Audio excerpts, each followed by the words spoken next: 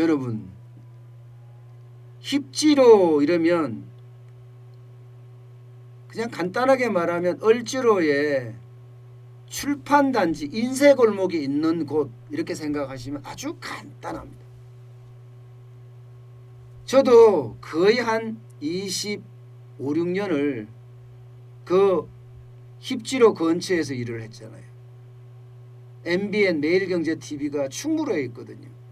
인쇄골목을 가기 전 충무로 지하철역에 앞에 있습니다. 그러다 보니까 저도 힙지로를 자주 가서 이용을 했었습니다. 그때만 하더라도 힙지로란 말도 없었고요. 그냥 을지로 옛날 상가예요. 을지로 옛날 상가. 을지로 옛날 상가라는 이야기에서 볼 수 있듯이요. 거기는 을지로 그 인쇄골목에 들어가면 참 재미있는 맛집들이 많아요. 칼국수집도 있고요. 만두집도 있고요. 옛날 찐빵집도 있고요. 또 노가리에 호프를 하는 호프집도 있고요.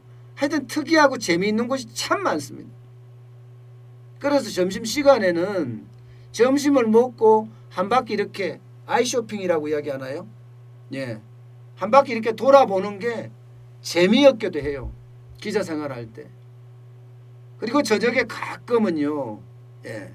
제가 이것도 갔었죠. 을지 오비베요. 참 유명한 호프집입니다. 진짜 오래됐어요. 이게요. 1980년에 개업을 했으니까 가게도 그렇게 크지 않습니다요. 지금 보이는 그대로예요. 가게가. 이 에어컨 하나 달았다가 전부고요. 천장에 조금 손봤다가 전부입니다. 그때부터 지금까지 이 을지로 오비베어는요. 계속 머물러 있으면서 많은 사람들에게 추억도 만들어줬고요. 또 많은 사람들에게는 아픔도 남겨줬고요. 더 많은 사람들에게는 희망도 심어준 곳이 바로 이곳입니다. 이게 충무로가 가까이 있다 보니까 감독들, 배우들 이런 분들도 단골로 주로 오던 곳이거든요. 이장호 감독이나 정진영 배우나 김호진 배우나 이런 사람들이 단골 손님이라고 이야기할 정도로 참 재미있는 곳입니다. 그런데요, 여러분, 이게 힙지로 이렇게 제가 다닐 때만 해도 을지로였습니다. 그런데 힙지로로 바뀌면서 여기가 달라지기 시작한 거예요. 쉽게 말하면 많은 사람들이 오기 시작하는 거야. 야, 옛날 모습이 그리워하면서 찾아오는 거죠. 그리고는 가게마다 재미있는 이야기들이 많으니까 이 가게 가서 맥주 한 잔에 노가리, 저 가게 가서 칼국수 한 그릇, 또 저 가게 가서는 만두 한 조각 이렇게 먹으면서 그들의 이야기를 듣고 보면서 옛날을 다시 되돌리고 젊은이들도 마찬가지고 나이 많은 사람들도 마찬가지고 어떤 분들은 신기해서 어떤 분은 향수에 젖어서 찾아가거든요. 그러다 보니까 상권이 형성된 거예요. 여러분, 상권이 형성이 되면요. 그때부터 건물주의 마음이 달라집니다. 왜냐고요? 아니, 돈 많은 사람들이 찾아가요. 내가 거기 들어가고 싶어. 임대료 이만큼 올려줄게. 뭐 2배씩 제한하고 이럽니다. 그러면서 건물주가 아니 지금까지 100만 원밖에 못 받고 있었는데 갑자기 200만 원 준대. 그러면 어떻게 될까요? 쉽게 말하면 헷가닥합니다. 헷가닥합니다. 나가달라 는 거죠. 그 가게가 거기서 아무리 오래됐든 그 가게가 얼마나 재미있든 그 가게가 얼마나 보존 가치가 있든 상관없습니다. 나는 임대료 많이 받으면 되니까 하는 생각으로 사실 들어가는 사람도 많거든요. 다 그런 건물주는 아니지만 이렇게 떴을 때 골목 상권이 떴을 때는 이런 쉽게 말하면 둥지 내몰림, 젠트리피케이션이라고 이야기를 하는데요. 기존에 있는 원주민들이 쫓겨나는 거죠. 원주민들은 거기에 있으면서 맛있는 칼국수를 만들면서 추억도 만들어내고 희망도 만들어내고 그랬던 사람들이 돈 많이 준다는 대기업들, 자산가들이 와서 건물도 사고 그리고 임대료도 높이고 이러면서 뭉개지거든요. 뭉개지거든. 그러면서 상권이 이게 노쇠해지는 거예요. 상권이 형성될 때는 뭔가 특이점을 가지고 형성이 됩니다. 특이점을 가지고. 경리단 길 이러면 이태원에 있는 경리단 길 이러면 수제맥주예요. 수제맥주 거기 가면 참 맛있어. 그거 하나 때문에 골목길이 만들어지는 거거든요. 을지로는요. 노가리길이에요. 노가리길. 노가리길이 시작을 해서 힙지로가 만들어진 거예요. 그러면 노가리길의 제일 천병이 바로 이 을지 오비배어입니다. 그런데 여기가 주인이 나가달라 이렇게 명도 소송까지 지금 받은 상태고 대법원에서 마지막 기각까지 나서 여기를 비워줘야 될 판입니다. 어떤 업체가 만선이라는 업체래요. 만선. 여기도 이제 굉장히 오랫동안 이 을지로의 노가리길을 계속 지켜왔던 그런 호프집입니다. 근데 이게 주인이 바뀌었어요. 주인이 바뀌면서 그 노가리 골목길에 가게를 8개나 냈대. 8개나 내면서 을지 오비 배어 이 자리도 만선이 들어가겠다는 거지. 만선이 들어가겠다는 겁니다. 그러면서 가게 주인하고 딜을 했겠죠.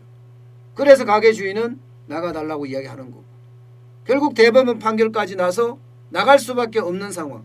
지금은 나가라 하면 바로 그날 짐을 싸야 되는 그런 상황에 놓인 거예요. 그래서 그렇게 오래된 1980년에 만들어진 그 노가리집 사장님이 펑펑 울었다는 그런 이야기잖아요. 언제 쫓겨날지 모르니까 말입니다. 점포도 6평밖에 안 돼요. 작아요. 근데 상징적인 거라서 굉장히 크죠. 여기는요. 이 노가리가 아직도 1,000원이거든요. 노가리가 1,000원인데 고추장 소스가 아주 기가 막힙니다. 굉장히 매워요. 사실 호프집에서 맵게 만드는 건 일반적이거든요. 물을 많이 먹어야 되니까. 자꾸 맵게 만들면 생맥주를 더 먹는다 이런 이야기도 하잖아요. 아마 그래서 만든 건지도 몰라요. 재밌는 이야기로 말입니다. 그런데 어쨌든 그 맵게 만든 고추장이 굉장히 유행을 탔고 그 유행에 따라서 초창기 만들었던 사람이 지금 사장님의 장인이에요. 강효근이라는 분이. 그분이 만들자마자 굉장히 인기를 끌었어요. 오죽했으면 중소벤처기업청에서 선정하는 100년 가게로 선정이 됐겠습니까? 100년 가게로. 참 이런 가게가 둥지 내몰림으로 또 하나가 사라진다고 하니까 추억이 사라진다는 느낌? 그러면서 자영업자의 비애?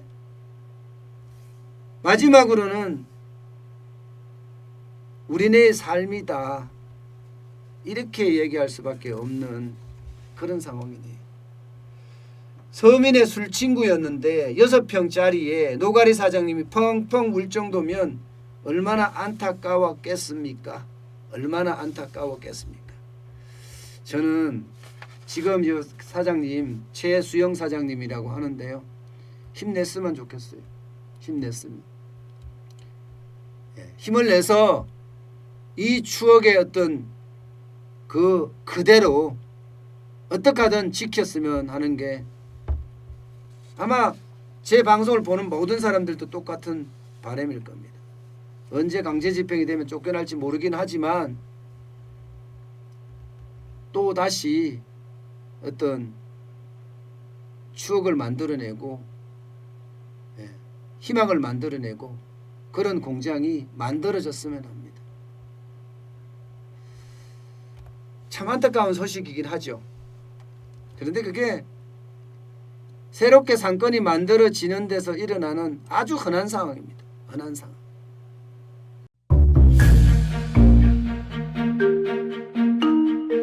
세종대왕과 샤넬 넘버5 벤츠 자동차의 최고급 기종인 마이바흐의 공통점을 아시나요?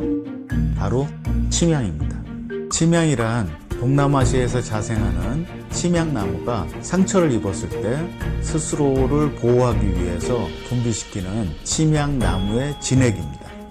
진침향은 태국산 침향과 러시아산 녹용, 그리고 국산 홍삼, 백봉령, 산수유, 당귀, 숙지향, 꿀로 이루어진 침향환으로 만성 피로나 또 또 스트레스, 기력이 저하된 직장인분들, 또 수험생들, 연세 드신 어르신분들이 드시면 좋은 환입니다.